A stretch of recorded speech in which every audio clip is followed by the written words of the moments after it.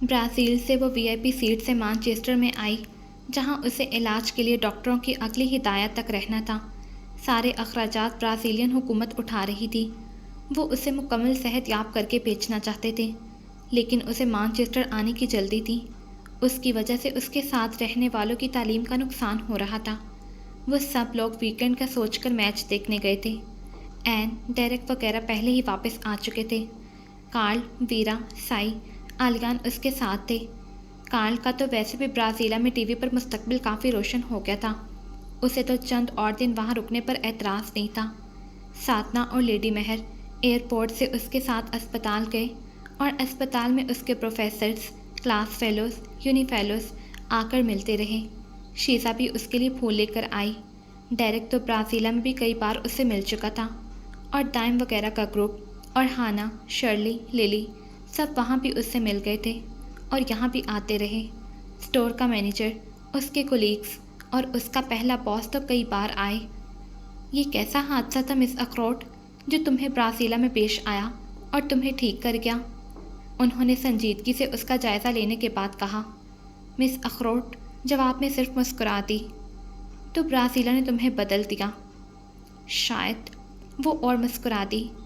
اس دوران کارل نے اس کے لیے لائے جانے والی چاکلیٹس اور کوکیز کو سعادت مندی سے اپنے پاس محفوظ کرنا شروع کر دیا۔ سائی نے امرہا کو بتایا کہ اس نے سب سے کہا ہے کہ پھول لے جانے کے بجائے وہ چاکلیٹس لے جائیں، کیونکہ امرہا کو چاکلیٹس بہت پسند ہے نا، اور ایک ایسا انسان جس کے شانے پر گولی لگی ہو، اسے ایسی چھوٹی چھوٹی خوشیاں تو ضرور ہی مہیا کر دینی چاہیے نا۔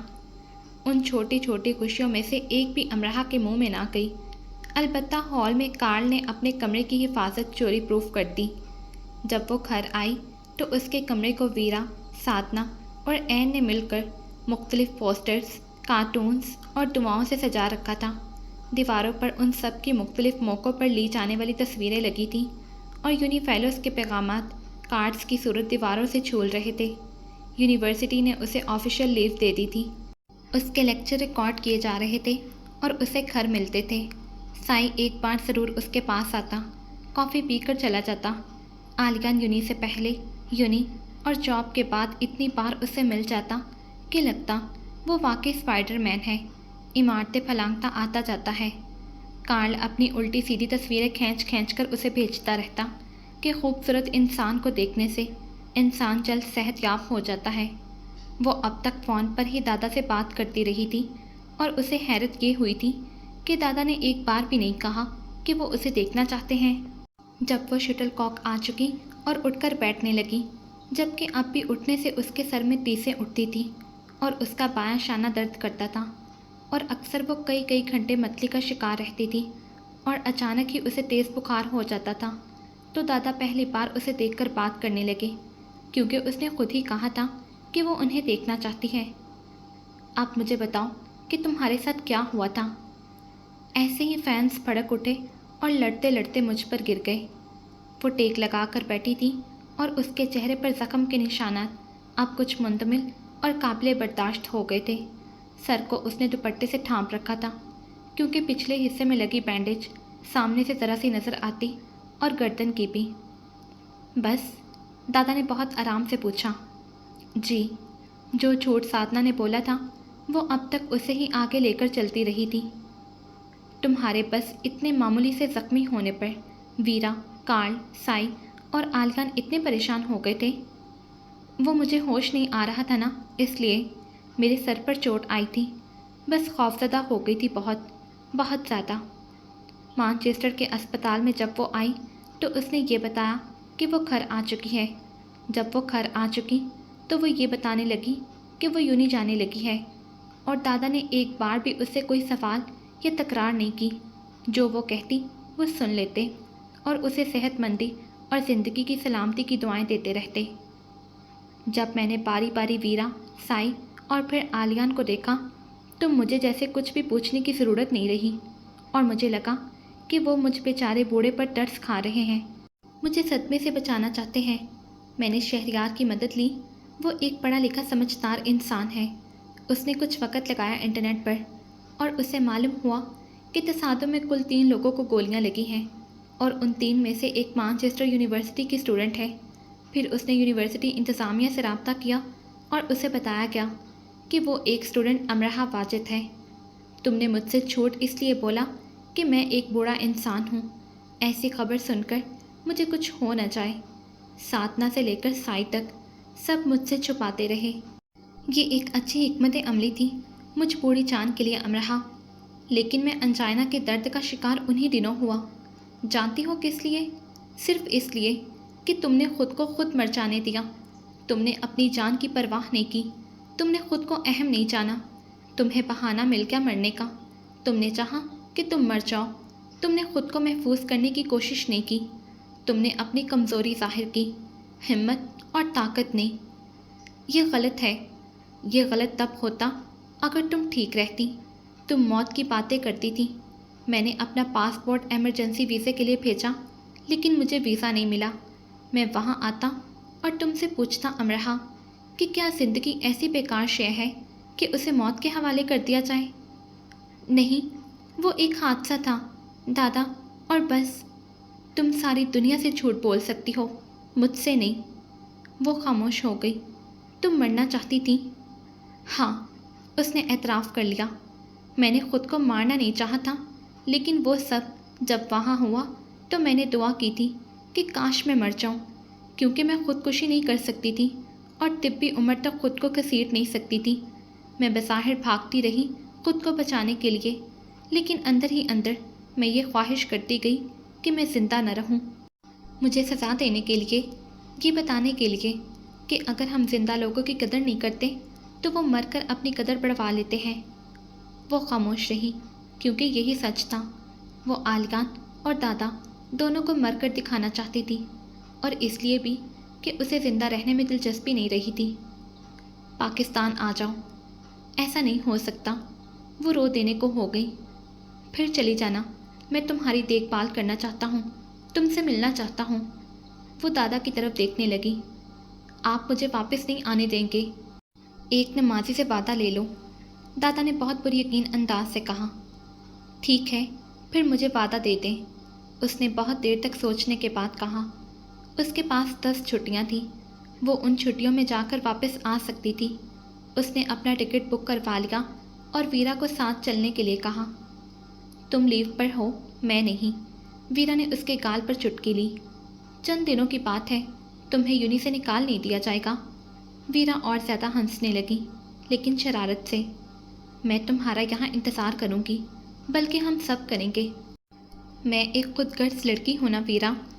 آلیان کے ساتھ وہ آگے ایسے بڑھی جیسے اس پر صرف اسی کا حق تھا، اور خود غرضی سے بھی اس نے ویرا کے بارے میں نہیں سوچا۔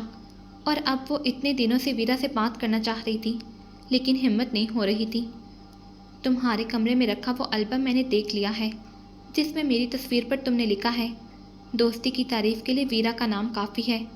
اگر تم خود غرض ہوتی تو اپنے البم میں جگہ جگہ مجھے محفوظ نہ کرتی۔ میں تم سے حسد کرتی رہی اور تمہیں اپنا دشمن بھی سمجھتی رہی، لیکن یہ سب بہت پرانی باتیں ہیں۔ پھر میں نے آلیان کے لیے تم سے بہتر کسی کو نہیں پایا۔ ویرا ہنستی۔ آلیان کے لیے تم ساری دنیا کو اپنا دشمن بنا لیتی، یہ صرف تم ہی کر سکتی ہو، اور میں ان جذبات کی قدر کرنے پر مجبور ہوں۔ تم دکھ اور تکلیف سے گزری؟ بہت مشکل سے امرہ یہ پوچھ پائی۔ ہاں، میں گزری امرہ، لیکن اس سے بہت کم جس سے تم گزری۔ میں تم دونوں سے محبت کرنے پر مجبور ہوں۔ تم صرف آلیان کی ہی نہیں ہو، اور آلیان صرف تمہارا ہی نہیں ہے، اور یہ حسد و رشک سے کہیں آگے کے جذبات ہیں۔ اپنے گال سے اس کے گال رگڑ کر ویرا چلی گئی۔ یہ صبح کا وقت ہے، اور وہ یونی جانے سے پہلے اس سے مل کر جاتی ہے۔ ٹھیک ہے، وہ آلیان کے ساتھ آگے نکل آئی ہے، لیکن اب اگر وہ گردن موڑ کر پیچھے دیکھتی ہے تو جانتی ہے کہ پیچھے کتنی توڑ پھوڑ کرتی آئی ہے، اور اس توڑ پھوڑ میں سب سے زیادہ نقصان میں ویرا ہی ہے۔ انسان اپنے عمل میں کتنا ہی کھرا کیوں نہ ہو، کہیں نہ کہیں وہ اتنا پست ضرور ہو جاتا ہے کہ خود سے بھی نظریں نہیں ملا پاتا۔ ویرا کی صورت کی پستی اسے یاد رکھنی ہوگی۔ اگلے دن جب اس کی فلائٹ تھی پاکستان کی، تو رات کو سوتے میں غیر معمولی آوازوں کے ارتعاش سے اس کی آنکھ کھل گئی۔ دن بھر اس کی آلیان سے بات نہیں ہو سکی تھی، اور وہ بڑی دل گرفتی سے سوئی تھی کہ وہ اسے بھول گیا، آخر بھول گیا۔ وہ چند دنوں سے کافی مصروف نظر آ رہا تھا، اس سے کھڑے کھڑے مل جاتا اور ماما مہر کے ساتھ باتوں میں مصروف رہتا۔ اس کے سامان کو اس نے معنی کیزی سے دیکھا اور کوئی تبصرہ نہیں کیا، اور اسے یہ سب برا لگا۔ وہ جا رہی ہے اور اسے کوئی فرق ہی نہیں پڑ رہا، یعنی محبت پھر سے کم ہونے لگی۔ دونوں کے درمیان متوقع ضروری باتیں ایک طرف ہی رہ گئی، اور کیوں رہ گئی وہ سوچتی ہی رہ گئی۔ تو رات کے پہلے پہر اس کی آنکھ کھلی اور اسے سمجھ نہیں آئی کہ اتنی ٹھنڈ میں سادنا نے اس کے کمرے کی کھڑکی آخر کس لیے کھول دی کہ وہ جو برازیلا میں گولی سے نہیں مری وہ یہاں ٹھنڈ سے مر جائے۔ جب وہ سوئی تھی تو کھڑکی بند تھی، اب کھلی تھی اور ٹھنڈی ہوا فرصت سے اندر آ رہی تھی اور ساتھ اپنے سنگ کچھ اور پلا رہی تھی۔ یہ ننھی منی چھوٹی بڑی گھنٹیوں کے ہوا کے دوش پر بجنے کی آوازیں تھیں۔ وہ زیر لب ہنسی۔ یہ میرا خواب ہے؟ نہیں تو پھر آگے بڑھنا چاہیے۔ وہ کھڑکی تک آئی۔ دھند میں لپٹے درخت پر شٹل کاک کی بیرونی دیوار پر لگی لائٹ ایسے پڑ رہی تھی کہ وہ آدھا اندھیرے میں تھا اور آدھا نیم روشنی میں، اور جو نیم روشنی میں تھا وہ رنگ برنگی اشکال میں جھولتے کارڈوں سے سجا تھا، اور وہ اس تو شیزا کی طرح مسکرائی جسے اس کا گم شدہ جوتا مل چکا تھا۔ حال ماضی کے درختوں کی شاخوں پر فاتح ہونے پر متبسم ہے۔ تو شہزادے نے جان لیا کہ اسے کیا کرنا ہے اور ادھوری کہانی مکمل کر لی گئی ہے۔ اس نے گرم کوٹ پہنا، دائیں ہاتھ سے مفلر کو گردن پر بل دیے۔ اس سے بائیں ہاتھ سے کام کرنے میں مشکل ہوتی تھی، لیکن اب یہ مشکل رفع ہو گئی تھی۔ دراصل سارے ہی درد برازیلا کے اسپتال میں ہی رفع ہو گئے تھے۔ اس نے ہر رات درخت پر جھولتے پیغامات کو پڑھنے کے خواب دیکھے تھے۔ وہ دعا کیا کرتی تھی کہ حقیقت میں نہ صحیح، خواب میں ہی صحیح، اس کا یہ خواب پورا ہو جائے۔ خواب پورا نہیں ہوا، خواب نکل کر حقیقت میں بدل گیا۔ وہ بیرونی دروازے سے باہر آئی اور گھوم کر اپنے کمرے کے سامنے لگے درخت کی طرف آئی، اور ذرا دور کھڑی ہو کر درخت کو دیکھتی ہی رہی۔ یہ میرا خواب ہی ہے، ہاں بس ضرور میرا خواب ہی ہے، وہ بڑبڑائی۔ پیغامات مختلف دلکش رنگوں کے ربنوں سے بندھے جھول رہے تھے۔ آس پاس کی دوسری شاخوں پر مختلف آرائشی فیتے اپنی اہمیت اپنی خوبصورتی سے بڑھا رہے تھے، اور زمین پر موجود درخت الوحی خطے کا شاہ بنا تاج پوشی کے لیے قائم کھڑا تھا۔ بہت دیر تک کھڑے رہنے کے بعد وہ درخت کے پاس آئی اور ہاتھ بڑھا کر کئی شاخوں کو ایک ساتھ لہرا ڈالا، اور گھنٹیوں نے رانجھے کی بنی ساری دھنیں اپنے اندر سمو کر ان پر سے اپنا اختیار اٹھا ڈالا۔ ماضی مٹ چکا ہے، وقت نے پرانے سکوں سے آراستہ اپنا تھال الٹ ڈالا اور صرف ایک تاج سکے سے خود کو سجا ڈالا۔ آلگان، سکے پر کنت نام اس نے امرہا کی طرف اچھال دیا جو پیشانی سے اوپر سج گیا۔ امرہا، اسی سکے پر کنت دوسرا نام اس نے آلگان کی طرف اچھال دیا جو پیشانی کے نیچے اس کی آنکھوں میں دمک اٹھا۔ وہ اندھیرے حصے کی طرف کھڑا تھا۔ امرہا اس کی موجودگی سے انجان تھی۔ اس کا خیال تھا اسے امرہا کو درخت تک لانے کے لیے بہت تردد کرنا پڑے گا، لیکن ایسا نہیں ہوا۔ تردد اب صرف گزر چکے وقت کا حصہ ہی بنے رہنا چاہتا تھا۔ گھنٹیاں فانوسی راگوں پر اچارہ داری رکھتی سرے مستی میں جھومنے لگی۔ جو خواب حقیقت ہو جاتے ہیں وہ خواب ہر ساتھ آیا کرے۔ وہ دم بخود کھڑا سوچنے لگا۔ وہ جو 2 گھنٹے اس درخت کے ساتھ مصروف رہا تھا، اسے بھی یہ یقین ہونے لگا کہ اس بار پھر سے یہ خواب ہی ہے۔ اندھیرے سے روشنی کی طرف اس نے قدم بڑھائے۔ اب گھنٹیاں محروس کے حکم کی بجا آوری کرتی، محرم کے کانوں میں سرگوشیاں عیاں کرنے کو لبکی، اور پس منظر میں بجتی اللہ رکھا رحمان کی راس و نیاز کرتی دھنیں پریم پریت کے سرگم پر دل دھنتے محو اظہار ہو گئی۔ رات کے زروں نے کتاریں باندھ لی اور روشنی کی لکیریں پھل جڑیاں بن گئی۔ ہلکی ہوا ان دونوں کے بال اڑا رہی تھی، اور وہ دونوں اپنی اپنی جگہ پر اپنی منزلیں طے کر رہے تھے۔ امرہا کا خیال تھا اس میسج لڑی کو کارل، سائی اور اس نے مل کر سجایا اور چلے گئے۔ اس نے ہاتھ بڑھایا اور ہوا کے سنگ جھولتے ایک پیغام کو پکڑ کر پڑھنے لگی۔ میں نے تمہیں بہت یاد کیا۔ دل فریب خوشی کے احساسات امرہا کے دل پر نازل سے ہونے لگے۔ وہ دوسرا پیغام پڑھنے لگی۔ تم ایک جادوگر ہو امرہا۔ امرہا یوں مسکرا دی جیسے اس کی بات چرا لی گئی۔ جب تم نے رونا شروع کیا تو میرا دل چاہا میں بھی تمہارے ساتھ مل کر روں، کیونکہ دو ایک جیسے لوگوں کو ایک ہی جگہ بیٹھ کر رونے کا اس سے اچھا موقع اور کب ملتا۔ اسٹوڈنٹ پارٹی پرینک، امرحہ نے کہکا لگایا اور ذرا سا ڈر گئی، کیونکہ درخت کے اندھیرے حصے میں چھپا کھڑا عالیگان نکل کر سامنے آ گیا تھا۔ اوہ، تم یہاں ہو؟ تو مجھے کہاں ہونا چاہیے تھا؟ اس نے ہاتھ بلند کیا اور اس کے سر پر چھولتے پیغامات سے بندی گھنٹیاں لہرا ڈالیں، اور معتبر آسمان اور زرخیز زمین نے بڑی محبت سے اپنی سماعتوں کے پٹ ان مترنم آوازوں پر واہ کیے۔ جہاں غائب رہنے کے لیے تم موجود رہتے ہو۔ اسے یاد آیا وہ اسے ناراض تھی۔ وہ محبت کے نکھرے احساس سے اسے دیکھتا رہا۔ تو یہ ناراض ہونا صرف اپنا حق سمجھتی ہے۔ میں نے ان پیغامات کو جلا ڈالا تھا۔ میری یادداشت اچھی ہے، میں نے انہیں چند راتیں اور چند دن لگا کر پھر سے لکھا۔ وہ اپنے غائب رہنے کی وجہ بتا رہا تھا، لیکن نامکمل۔ وہ امرحہ سے چھپا رہا تھا کہ وہ دراصل بصد شوق کن مصروفیات میں غلطا رہا تھا۔ تمہارے بالوں کی نوکیں تمہاری آنکھوں کو پریشان کر رہی ہیں، کیا میں تمہاری آنکھوں کو اس پریشانی سے بچا لوں؟ اس نے محسب انداز سے پوچھا اور جواب کا انتظار بھی نہیں کیا، اور اس کی آنکھوں کو پریشانی سے بچا لیا۔ اپنی پیشانی پر اس کی انگلیوں کا لمس محسوس کرتے وہ ذرا سا پیچھے ہوئی اور سر اٹھا کر پیغام پڑھنے لگی۔ اس نے ایک چالاکی کی تھی، دوسری زبانوں میں کافی پیغامات لکھے تھے تاکہ امرحہ اس سے ان کے مطلب پوچھے۔ 2 دن تک ہال میں وہ مختلف ہال میٹس کے کمروں کی طرف بھاگتا رہا تھا، اور وہ زیر لب ہنس کر اسے لکھ لکھ کر دیتے رہے تھے، جبکہ کارل اور سائی اس کے کندھوں پر چڑھے لکھنے والوں کو آنکھ مارتے رہے تھے۔ تو اگر چند پیغامات کو امرحہ گوگل کرتی تو اسے معلوم ہوتا کہ جس کا مطلب عالیگان مجھے اجازت دو، میں آخ آخ کی تکرار پر لہراتی تمہاری ناک کو پکڑ لوں بتا رہا تھا، تو اس کا اصل مطلب کارل کی آنکھ اور ہاتھوں کے اشاروں پر کچھ یہ نکلتا۔ کیا تم نے ٹھیک سے ناک موچنا سیکھ لیا؟ نہیں، یعنی ابھی بھی تم آئس کریم چاکلیٹ کے ساتھ بہتی ناک، آخ، اف، گندی، اور چینی چھملا جس کا مطلب عالیگان تم ایک اچھی لڑکی ہو، بلکہ تم میں کئی اچھی لڑکیاں چھپی ہیں بتا رہا تھا، تو اصل میں وہ تم ایک پٹاخہ لڑکی ہو، بلکہ تم میں کئی بڑے بڑے پٹاخے پھوٹ پڑنے کو ہیں تھا۔ اور جاپانی جملے کا اصل ترجمہ، خدا کے لیے اپنی ایشین فلیگ کو سنبھالنا سیکھ لو۔ آدھی یونی اس سے الجھ کر زخمی ہو چکی ہے، اور جو آدھی بچی ہے وہ زخمی ہونے کے لیے کتار پہ کھڑی ہے تھا۔ اور مصری جملے کا، خدا کا شکر ہے ہمارا مانچسٹر ڈوبنے سے بچ گیا۔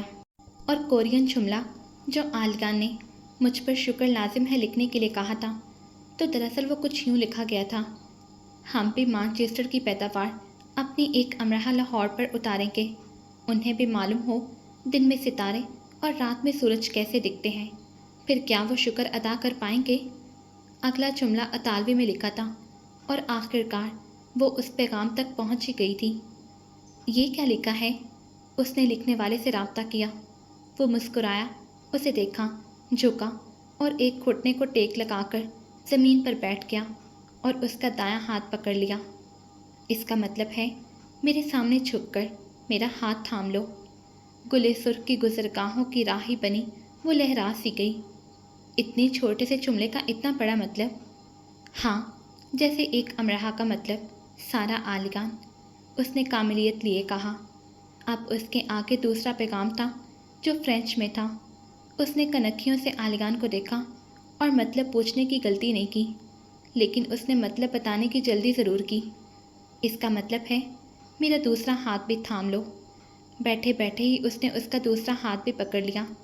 اس بار اس کی ہنسی اتنی دیر تک گونجتی رہی کہ وہ سیف الملوک پر اترتی پریوں کی آنکھوں کی چمک بن گئی۔ اور ایک پیغام جو میں نے لکھا ہی نہیں، وہ میں تمہیں سناتا ہوں۔ اس کا انداز بانسری ہو گیا اور الفاظ راہ گل ارغون کی طرف پیش قدمی کرنے لگے۔ مجھ سے شادی کرو گی امرحہ؟ سوال پھر سے دہرایا گیا، اس بار دونوں ہاتھ تھام کر اور سب کچھ جان کر۔ امرحہ کا پورا وجود ہی ایک خوف میں سمٹ آیا، اور اسے یاد آیا کہ زندگی بھی کن کن مراحل کو ہتھیلی پر سجائے کھڑی ہے۔ جو پیچھے رہ گیا تھا فی الحال وہ اب آگے آنے والا تھا، لیکن اس نے پہلے والی غلطی دوبارہ نہیں کی۔ اس نے ہاتھ بلند کیا اور گھنٹیوں کو لہرا ڈالا، اور وہ دیر تک قبولیت کے زیر اثر خوشی سے بچتی رہی۔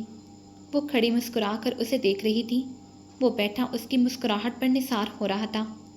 محبت پر فرمان غالب آ گیا اور فراق کو رخصت کی اجازت دے دی گئی، کیونکہ تمثال کرنے محبت کو من کر کے محرم بنا دیا۔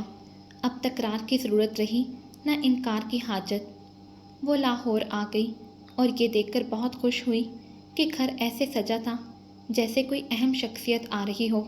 اس کا نیا کمرہ بے انتہا خوبصورت سجایا گیا تھا، لیکن وہ کمرہ اس نے حماد کو ہی دے دیا اور خود اپنے اور دادا کے کمرے میں ہی رہی۔ دانیہ کی منگنی ٹوٹنے کی خبر تو اسے مانچسٹر میں ہی معلوم ہو چکی تھی۔ واپس آ کر اندازہ ہوا کہ خاندان سے تعلقات بھی برائے نام ہی رہ گئے ہیں۔ سب گھر والوں کو اس کے زخمی ہونے کے بارے میں دادا نے بتا دیا تھا، گولی لگنے کا نہیں۔ دادا اکیلے ہی اسے ایئرپورٹ لینے آئے تھے اور وہ سمجھی نہیں کیوں، کیونکہ انہیں اسے گلے لگا کر بہت رونا تھا۔ اسے سمجھ نہیں آ رہی تھی کہ وہ کیوں اتنا رو رہے ہیں۔ ابھی تو وہ ٹھیک ہوئی تھی۔ اسے دادا کی ہر حرکت مشکوک لگ رہی تھی، بلکہ اسے دادا سے ہی ڈر لگ رہا تھا۔ یہ اتنا وقت اس کے دور رہنے کا اثر تھا یا زخمی ہونے کا؟ دادی اور اماں اس کے ساتھ گھر کا اکلوتا لاڈلا والا سلوک کر رہی تھی۔ اس کے آنے کے 3 گھنٹے کے اندر اندر ہی ایک جنگ چھڑی حماد، علی اور دانیہ کے درمیان، اور دانیہ سب چیزیں لے کر اپنے کمرے میں قلعہ بند ہو گئی۔ ان تینوں نے اس کا سامان کھول کر خود ہی سب کچھ نکال لیا تھا۔ 3 گھنٹے بھی پتہ نہیں وہ کیسے رکے رہے۔ اب حماد دانیہ کو دروازہ توڑ دینے کی دھمکی دے رہا تھا اور دانیہ یہ ثابت کر رہی تھی کہ وہ تو پیدائشی بہری ہے اور گونگی بھی۔ خیر، مزید چند گھنٹے لڑنے کے بعد آخر کار وہ طے کر پائے کہ کیا کس کا ہے۔ اسے آئے 1 دن بھی نہیں ہوا تھا کہ اس نے سنا دادی اور اماں کسی فیملی کو گھر بلانے کی باتیں کر رہی تھی۔ اس نے بہت آرام سے خود کو واش روم میں گرا لیا، ڈرامہ، اور یہ ثابت کر دکھایا کہ اس سے تو چلا بھی نہیں جا رہا۔ آنکھوں کے آگے اندھیرا چھا جاتا ہے اور وہ بات کرنا ہی بھول جاتی ہے۔ دادا البتہ زیر لب ہنسے، جسے دیکھ کر اس نے سوچا یہ اپنا شہریار تیار کر کے بیٹھے ہیں۔ 1-2 شہریار دادی اور اماں کے پاس بھی ہیں۔ اس نے اور عالگہ نے ان سب معاملات پر ابھی بات نہیں کی تھی۔ امرہا نے اس لیے کہ فی الحال وہ کچھ بگاڑنا نہیں چاہتی تھی۔ اسے تھوڑا وقت چاہیے تھا اور عقل مندانہ حکمت عملی اپنانی تھی۔ وہ یہ سب واپس جا کر کرنا چاہتی تھی۔ معاملات ظاہر ہے ویسے ہی پیچیدہ تھے جیسے پہلے تھے، فرق صرف یہ تھا کہ اب عالگہ اس کے ساتھ تھا۔ پہلے تو اسے دادا کو منانا تھا۔ عالگہ نے اسے بتایا تھا کہ دادا کی اور اس کی بات ہوتی رہی ہے، اور امرہا نے یہی سوچا کہ جیسی صورتحال چل رہی تھی، دادا کس سے بھی بات تو کر ہی سکتے تھے، عالگان سے بھی، اور یہ اسے کوئی ایسی بڑی بات نہیں لگتی تھی۔ تم سے ملنے کچھ لوگ آ رہے ہیں۔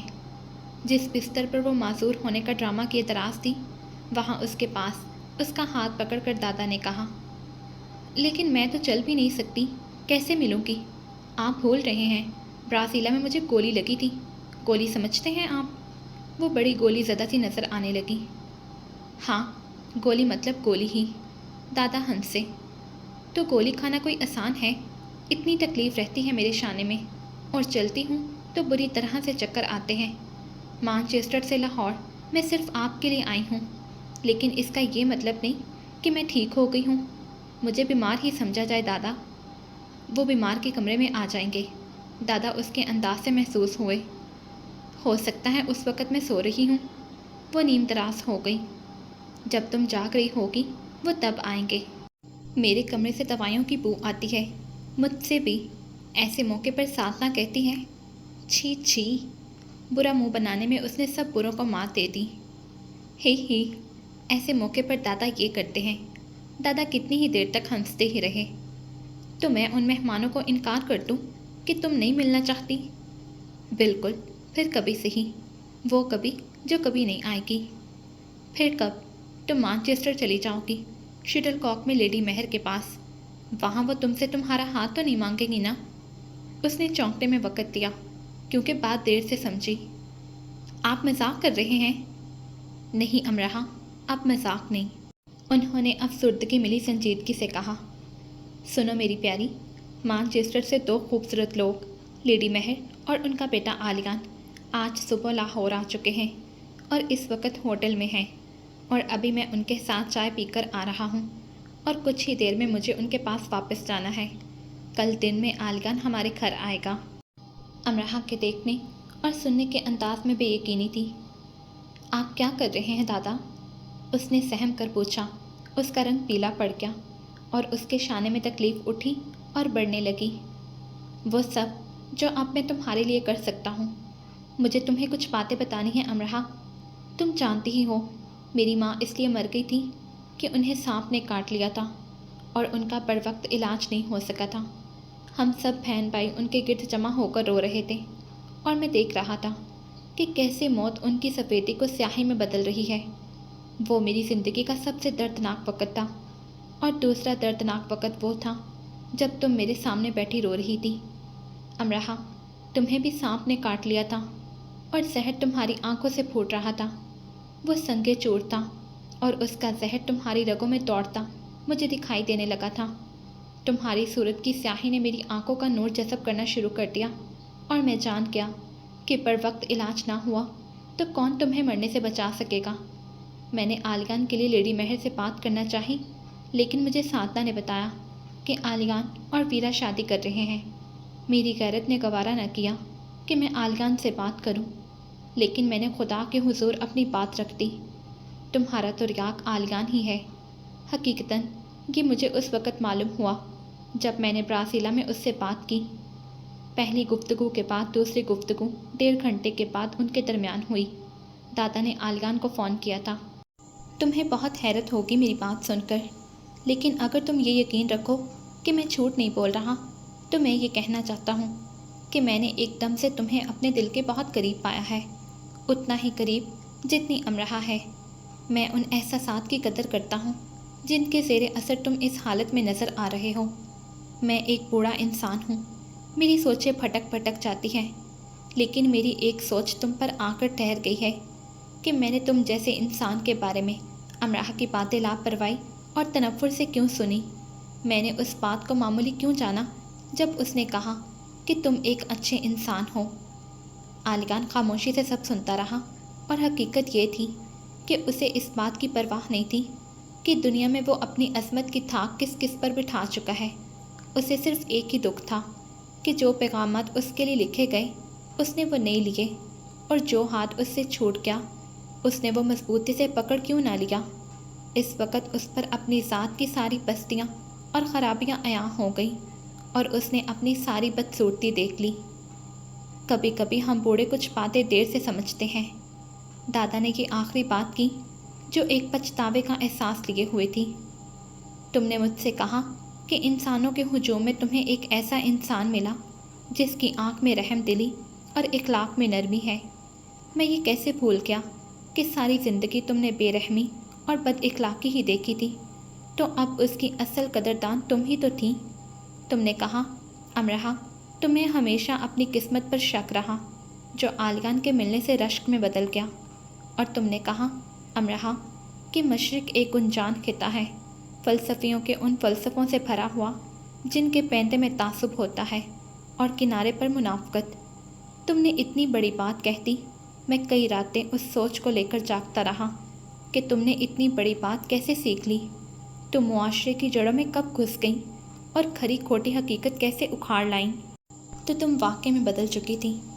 مجھے پہلے اس سوچ نے پریشان رکھا، پھر جب میرے دل سے خود ساختہ تعصب چھٹا تو مجھے تم پر فخر ہوا۔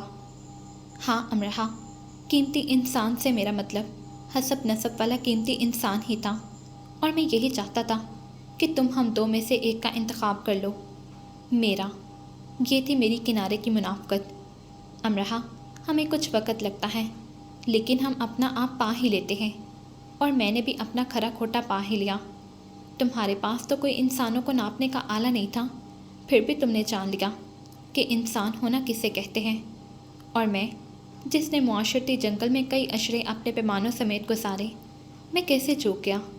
یہ تھی میری پیندے کی منافقت۔